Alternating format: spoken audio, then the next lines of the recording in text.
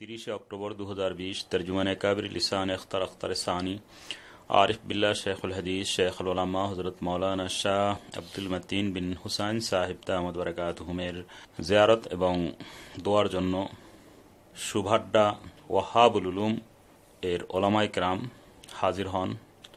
এ সময় তাদের সামনে খুসুসি যে মজলিস হয় সেটা পেশ করা হলো। খানকা ইমদাদি এশরাফিয়া ঢালকানগর, ঢাকা। আল্লাহ তাআলার করম হয় অকল্পনীয় যে এক বুজুর্গ খাবে জিয়ারত করাই দিতেন, রাসূলুল্লাহ সাল্লাল্লাহু আলাইহি ওয়াসাল্লামকে জিয়ারত করাই দিতেন। এমনি জাগ্রত অবস্থায় আল্লাহ তাআলা তাকে মাকাম দিয়েছিলেন, জাগ্রত হালতে জিয়ারত করাই দিতেন। ওনারে 10 টাকা দেওয়া লাগতো। সেই যুগের 10 টাকারে ভাই জীবন থাকে, জান বের হয়ে যায়। ওই জমানা 10 টাকা কি মামুলি কথা? আমাদের জমানা তো আমরা যখন ছোট তখন তো এই 8 আনা দিয়া 10 আনা দিয়া পুরা বাজার সদাই টদাই কমপ্লিট। আর 1 টাকা দিলে তো মানে বাজারে সব নিয়ে আসতো মানুষ। 4 আনা দিয়ে একটা বিরাট বড় ইলিশ, 4 আনা দিয়ে 3 আনা 4 আনা এই দামের মধ্যে একটা ইলিশ, কথা বুঝেন নাই? এরপরে 1 আনা দিয়া তরকারি টরকারি একদম। আর এই 1 পয়সা 2 পয়সা দিলে তাই না অনেকগুলো লবণ।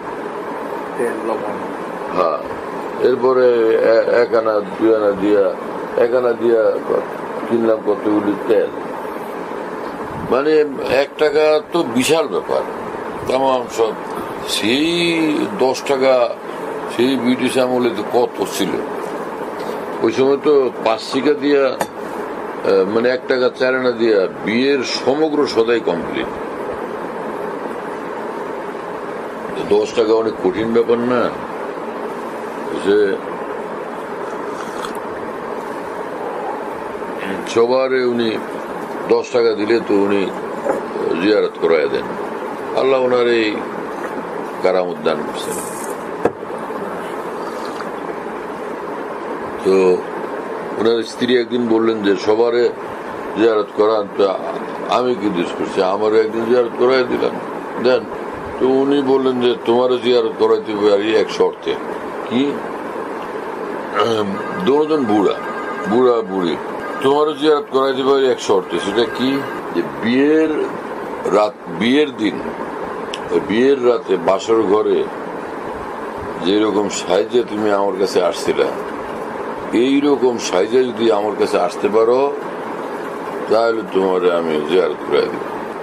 70 বছরের বুড়ি তারও যদি বাসর ঘরে রাত্রের মতো সাজো পারে, কোন নানি দাদি যে অনেকগুলো নাতি নাতিন এগুলোর সামনে এইরকম সাজা যায়? মহাবিপদ না? কিরকম কঠিন ব্যাপার। কিন্তু রাসূল সাল্লাল্লাহু আলাইহি ওয়াসাল্লামের জিয়ারত হবে এই আশায় আর কি, এই আকাঙ্ক্ষায় উনি রাজি। ঠিক আছে আমি একদম ওই কাপড় চোপড় ওইভাবে আইনে টেনে দিচ্ছেন, আর ওইভাবে বেচারি একদম সুন্দর করে সাইজে একদম মানে ভীষণ ভাবে একদম ওই যে কি জানি এটা ঘোমটা দিয়া সুন্দর করে চুপ করে বসে রয়েছে। আর অলঙ্কার হাতে পায়ে তামাম সব সাজ ঘুষ চরণ, ওইভাবে আর দেখতেও দারুণ সুন্দর লাগে। এর মধ্যে বুজুর্গ করছেন কি, ওনা ওই স্ত্রীর বড় ভাইরে খবর দিচ্ছেন জলদি আসেন আমাদের ঘরে, এমন এক ব্যাপার ঘটছে, দেরি করে না, তাড়াতাড়ি আসেন, বিরাট এক ব্যাপার ঘটছে। এটা কি হলো? আপনি জলদি আসেন, দেরি করেন না, তাড়াতাড়ি আসেন।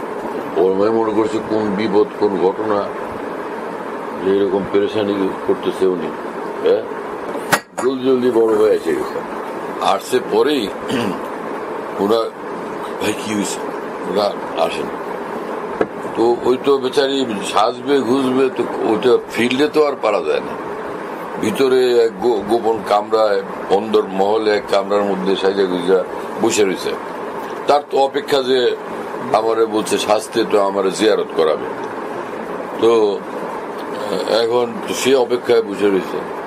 এদিকে উনি হাত ধরে বড় ভাইকে নিয়ে গেছে, গিয়া পরে ওই অন্দর মহলে বোনের দেখাইতেছে, দেখেন আপনার বোনের কারবার।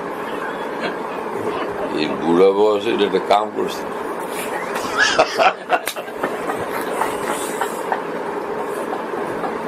বড় ভাইয়ের সামনে বুড়ির কিরকম পেরেশানি, আহারে জান বের হয়ে যায় না, মূর্তি ইচ্ছা করে না যে এইটা একটা কাম করলো, আহারে আমার ভাইয়ের সামনে আমার এইরকম বেইজ্জত করলো। কি তুই বুড়া বয়সে কি কাম করলি, এটা বুড়া বয়সে তোর এরকম শাস্তি ইচ্ছা করলো। দেখেন এই বুড়ির কাম, দেখেন বুড়ি কি করছে।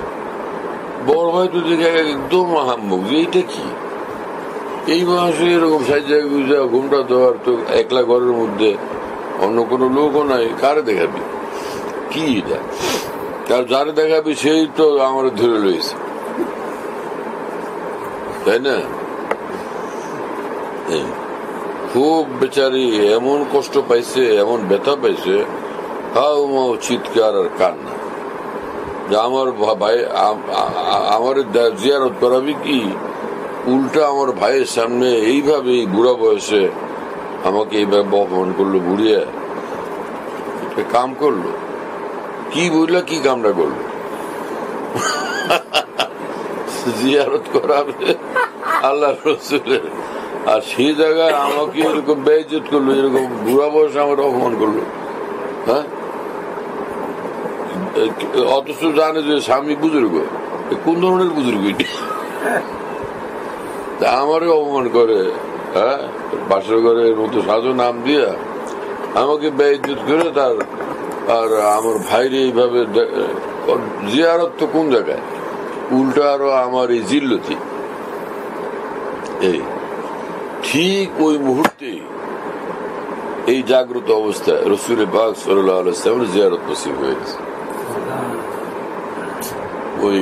ওই বিবির, এই বুড়ি তো হয়রান, জানলেন কি হল, তখন এই রসুল আকরাম সাল্লাল্লাহু আলাইহি ওয়াসাল্লামের জিয়ারত নসিব হয়ে গেছে। তো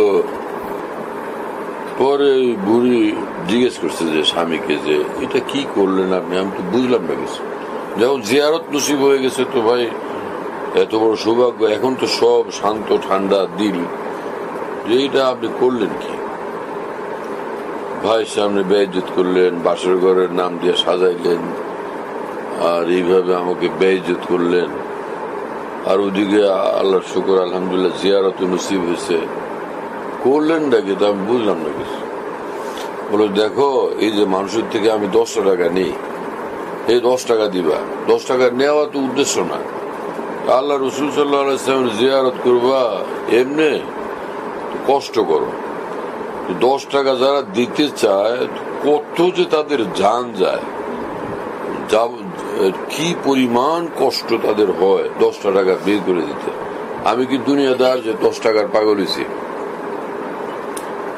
10 টাকা দেওয়া মানে আল্লাহ রসুল সাল্লাল্লাহু আলাইহি ওয়াসাল্লামের মহব্বতের জন্য তার কঠিন পরীক্ষা তাকে ফেলা।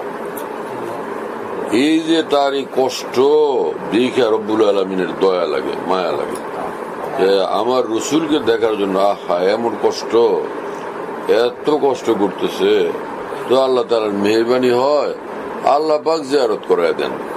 জিয়ারত করানোর কি আমি ঠিকাদার নাকি? আমি কোন ঠিকাদারি নিছি?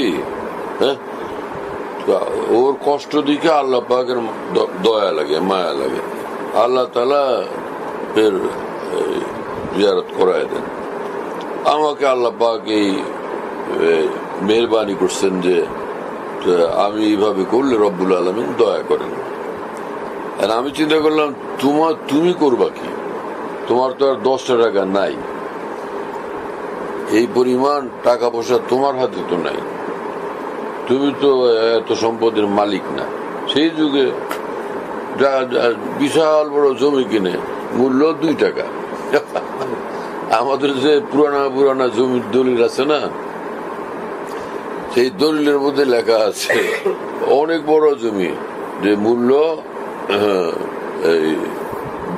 25 টাকা, এই 10 টাকা, 25 টাকা, কোন জমির দাম লেখা আছে 50 টাকা, মূল্য 50 টাকা। এই পুরান যুগের দলিল।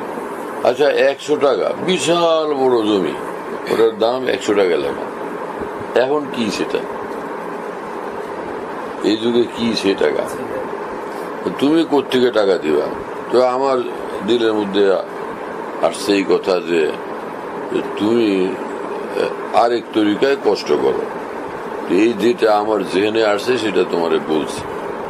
এইভাবে যে তুমি এই বুড়ি হয়ে এই বয়সে আল্লাহ রসুল সাল্লাল্লাহু আলাইহি ওয়াসাল্লামকে দেখার জজবায় এত বড় অপমানজনক তোমার জন্য যে কাজ এই মুহূর্তে, সেটা তুমি করতে প্রস্তুত হয়েছো, কষ্টকর কাজ। আর তার মধ্যে তোমার বড় ভাইকে আনছি, তো তোমার তো তখন জান বের হয়ে যায়। এর থেকে আজকে আমার মৃত্যু হইলেই ভালো ছিল, বড় ভাইয়ের সামনে আমার এরকম লজ্জা দিল। তুমি তো এই সবটারে সয়ে নিলা শুধু আল্লাহ রসুল সাল্লাল্লাহু আলাইহি ওয়াসাল্লামকে দেখার, আল্লাহ রসুলের দেখা পাওয়ার এই পিপাসায়, এই ব্যথা। তো আমি এই কৌশলটা করছি, তোমার এরকম কষ্ট হোক, আল্লাহর দয়া লাগুক। তো এই দৃশ্য দেখে আল্লাহ তাআলার দয়া হয়েছে যে আমার বান্দে আমার রসুলকে দেখার জন্য এমন কষ্ট করছে। তো ঠিক ওই মুহূর্তে আল্লাহ রসুল সাল্লাল্লাহু আলাইহি ওয়াসাল্লামের দিদার নসিব হয়ে গেছে, জিয়ারত নসিব হয়ে গেছে। এসা কিসা শুনেছি বলো ভাই? এটা কোনো গল্প তো না, হাকিকত, এক বুজুর্গের ঘটনা, এটা বাস্তব ঘটনা। এটা মুহাদ্দিস সাহেব রহমানুল্লাহ শুনেছিলেন, হযরত মুহাদ্দিস সাহেব। কেসা ওয়াকা বলো, আল্লাহর মহব্বতের কথা তো ভাই, সুন্নত তরিকা বলো, এর মধ্যে এক কাশিস আছে। আমাদের হযরতের বয়ান ছাড়া বয়ান আমার কাছে আওয়াজই মনে হয়। ছাত্রদেরকে বললাম যে আমার শায়েখ এজন্য তোমরা মনে করো না, একটা বাস্তবতা মনে হয়। আমি আনেস ওখানে পছন্দ ছিল, হযরতজির বয়ানই বয়ান মনে হয়, অন্যগুলো আওয়াজ মনে হয়, এই জন্য শোনা হয় না। কোনো সময় কোনোটা শুনলেও ওখান থেকে চলে আসা হয় কোনো কারণে গেলে। এরকম না বললে বলো যে আপনি অন্যদের আচ্ছারও বিস্তর এরকম মনে হয় যে আওয়াজই আওয়াজ, আমার মনই ওইটা মানে সে এটা মোবাইলে আমার মনই ভরে না। ইল্লাহিকে সাধুনাদের এইভাবে এহতিয়াতি জুমলা বলো, তাহলে কারো কোনো মতামত থাকলে বা কারো প্রতি কোনো কারো ব্যক্তিগত মহব্বতের টান বেশি থাকলে, কারো চোট না লাগে। ব্যক্তিগতভাবে আমি তো, আমার অবস্থা ছিল এই যে আমার শায়েখ রহমতুল্লাহর বয়ানে আমি শুনতাম, হযরত ওয়ালার হুকুমে, নির্দেশে, হেদায়েতে, শাহ হারদুই রহমতুল্লাহর সোহবতে হযরতের সঙ্গে থাকতাম, হযরতের বয়ানাত শুনতাম, তর্জমা করার তৌফিক হতো, বাস এই পর্যন্তই। আর কোথাও যাওয়া, বসা, শোনা, এটা একদম আর পারিনি, আর হয়নি, বাস এই পর্যন্ত। আর দেখছি আর কোথাও দিল লাগেনি। আবে জমজম খুরদা বুদাম, সেদিন এক মরনা আরেকটা বলছিল, আবে জমজম খুরদা বুদাম, আবে টিউবওয়েল।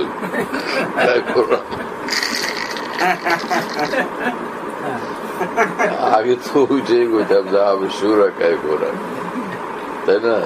তো ওই দিন এক মরনা আমাকে বলছিল যে জমজম খায় অভ্যস্ত, তো ওই জন্য কলের পানি খাইতে পারি। আমি বললাম, ভাই তুমি একটা ভালো সুরা পাই, সুরা এটা তো শের, এটাই আমরা বলি, তো আর মাঝখানের কোনোটা পাই না। ও কয় যে জমজম খায় অভ্যস্ত হয়েছি, আর কলের পানি কেমনে খাবো? আমি শুনে খুশি হয়েছি, আমি বলে ভালো একটা বুদ্ধি বের করছ, অন্তত সুরা না বলে এটুকু বললাম, আবে জমনে ফোরদা বুদাম আবে টিউবওয়েল কাইফোরা। বাকিদের ব্যাপারে কিছু রেহাই থাকলো এর মধ্যে, আবে টিউবওয়েল কাইফোরা, সুন্দর লাগলো।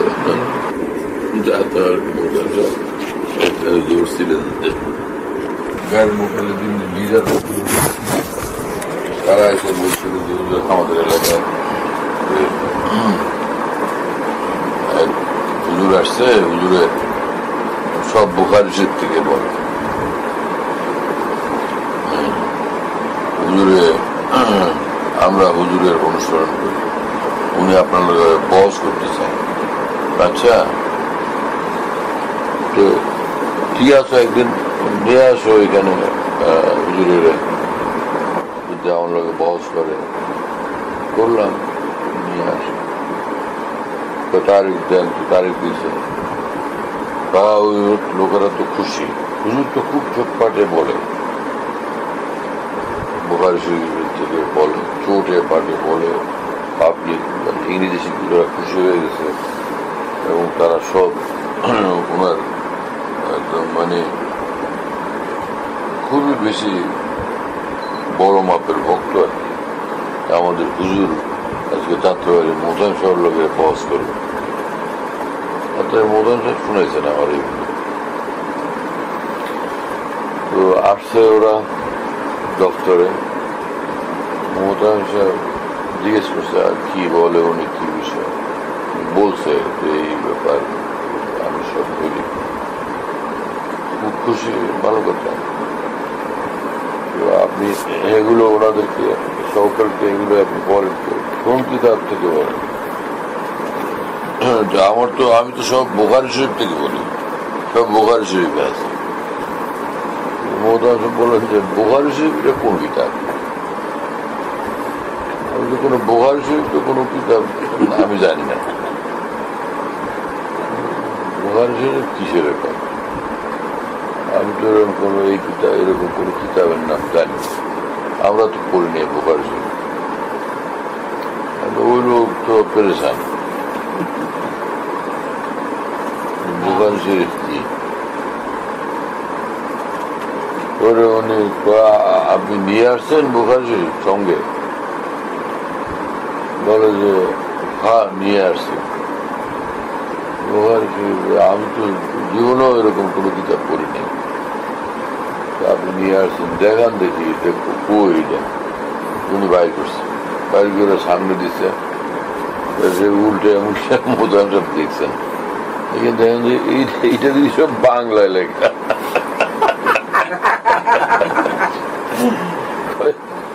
এইটার মধ্যে যা আছে সবই বাংলাতে লেখা, তো এইটার নাম বুখারী শরীফ।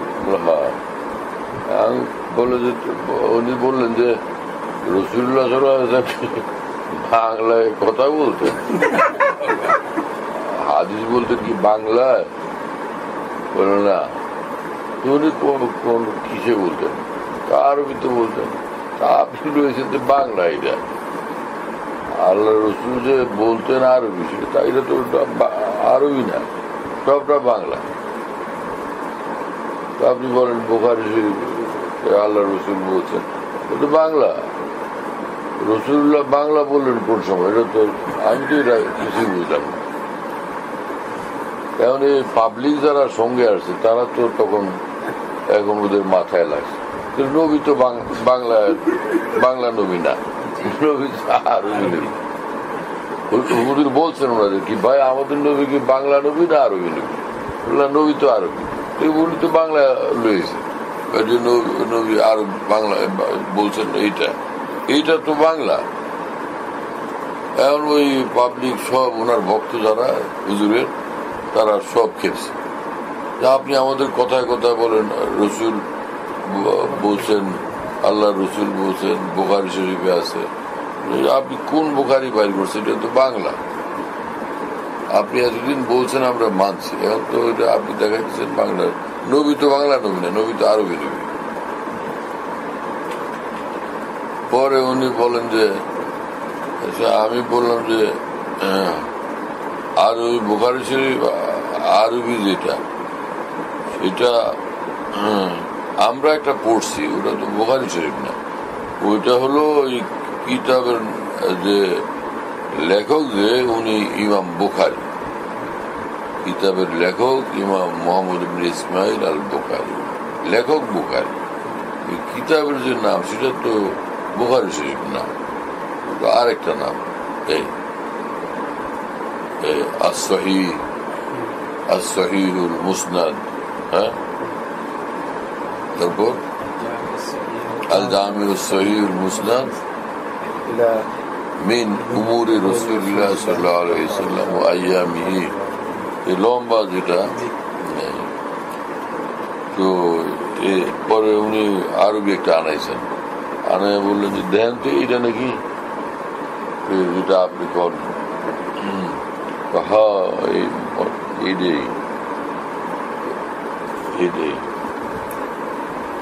এটা না আপনি যেটা বুখারী করেন, হ্যাঁ এইটাই। ঠিক আছে, এটা তো আরবিটা, এটার মধ্যে যেগুলো ওগুলো সব আরবি। এটা এই রাসূল সাল্লাল্লাহু আলাইহি ওয়াসাল্লাম বলছেন তো আরবিতে বলছেন না, যে আরবিটা হলো এইটা, ঠিক আছে না? হ্যাঁ এটা ঠিক আছে। এইখান থেকে আপনি বাড়ি করে দেন, এইখান থেকে কোনখানে আরবিটার মধ্যে কোনখানে কি বলছেন রাসূলুল্লাহ সাল্লাল্লাহু আলাইহি ওয়াসাল্লাম, এখান থেকে আপনি বাড়ি করে দেন, আপনি যেগুলি বলেন। উনি তো আরবিটার কোন আগা করে কিছু পায় না, আরবিটার আগা করে তো কিছু জানে না। বুখারী শরীফ যে সেটা আরবিটার লোকে তো ওনার লোকে জীবনও দেখা হয় না, মনে করে যে হয় এইটাই লাগে। মোতাম সাথে শুনেন না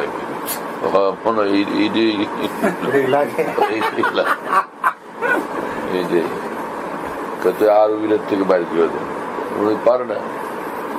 এসে ওই ওনার ভক্তদেরকে মোতাম সাহেব বললেন যে এটা উনি তো আপনাদেরকে সব বুখারী শরীফ থেকে বলে, আল্লাহ নবী বুখারী তো আরবিতে বলছেন সব, সেই কিতাব তো এই যে দিলাম আমি ওনারে, এটার থেকে তো উনি কিছুই বাইর করতে পারলেন না। অথচ উনি কথায় কথা আপনাদের বলেন যে বুখারী শরীফে আছে, বুখারী শরীফ তো উনি পড়তেই পারে না, বুখারীতে আছে উনি পড়েন কি থেকে? নবী তো আরবিতে বলছেন, সে আরবিটা তো উনি কোনোটাই এক পিছাও পড়তে পারে না। তাহলে ওর ওই পাবলিক খেপছে হুজুরের উপর, আপনি আমাদের ধোঁকা দেন। এতদিন পর্যন্ত আপনি বলেন বুখারীতে আছে, এখন বুখারী হুজুরে দিল, তা তো আরবি বুখারী আপনি পারেনই না, কিছুই জানেন না আপনি, তা আপনি আমাদের এতদিন ধোঁকা দিচ্ছেন। এই ধর ওরা সাইজ করি, এটা এখনই ধর সাইজ করি, সোজা করি, ওই পাবলিকেরা খেপছে ওদের হুজুরের উপরে। পরে মোতাম সাহেব বলছে না না না, এই মানে সম্মানিত মানুষ ওনার গায়ে হাত দিয়ে না, ওনার এরকম কথা বলেন না।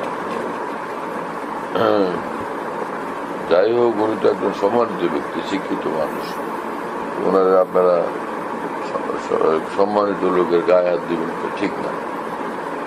ঠিক আছে, কেন হুজুর আমরা বুঝছি সব ব্যাপার, উনি আমাদের ধোঁকা দিচ্ছে, আর ওনারে মানব না। আচ্ছা ঠিক আছে, ভালো ভাষা, ঠিক আছে। পরে ওরা এই হুজুরের লিডারকে নিয়ে তারপরে দল বান্ধে চলে গেছে। এই কিসা যাতে মোতাম সাহেব আরো শুনেছেন, মোনাজারা যাকে বলে আর কি, মজা না, মজাদার ঘটনা। হযরতুল্লাহ দামাত বারাকাতুহুর বয়ান যেখানে বয়ান করেন, সব বয়ান নেটের মাধ্যমে, টেলিগ্রামের মাধ্যমে পাওয়া যাচ্ছে। হযরতুল্লাহ দামাত বারাকাতুহু যখন বয়ান করেন, বয়ানটা আমরা দেশ বিদেশ থেকে, দুনিয়ার যে কোনো জায়গা থেকে আমরা পেতে পারি। এই জন্য মুফতি শহীদুল ইসলাম শাহ হুজুরের নম্বরে যোগাযোগ করবেন 01715 80 18 69 80 18 69। 01715 801869। বাহ বাহ, যাতে মনে থাকবে ইনশাল্লাহ সবার। 01715 801869। বলো ভাই, 01715 801869। অনেক সোজা তো ভাই, মাশাআল্লাহ, অনেক সোজা করে দিছে। 30 अक्टूबर 2020 तर्जुमान काबिर लिसान अख्तर सानी आरिफ बिल्ला शेखुल हदीस शेखुल उलमा हजरत मौलाना शाह আব্দুল মতিন বিন হুসাইন সাহেব দামাত বারাকাতুহুমের জিয়ারত এবং দোয়ার জন্য সুভাড্ডা ওয়াহাবুল উলুম এর ওলামায়ে কেরাম হাজির হন। এ সময় তাদের সামনে খুসুসি যে মজলিস হয় সেটা পেশ করা হলো। খানকা ইমদাদিয়া শাফিয়া ঢালকানগর, ঢাকা। আল্লাহ তাআলার করম হয় অকল্পনীয়। এক বুজুর্গ খাবে জিয়ারত করাই দিতেন, রাসূলুল্লাহ সাল্লাল্লাহু আলাইহি ওয়াসাল্লামকে জিয়ারত করাই দিতেন।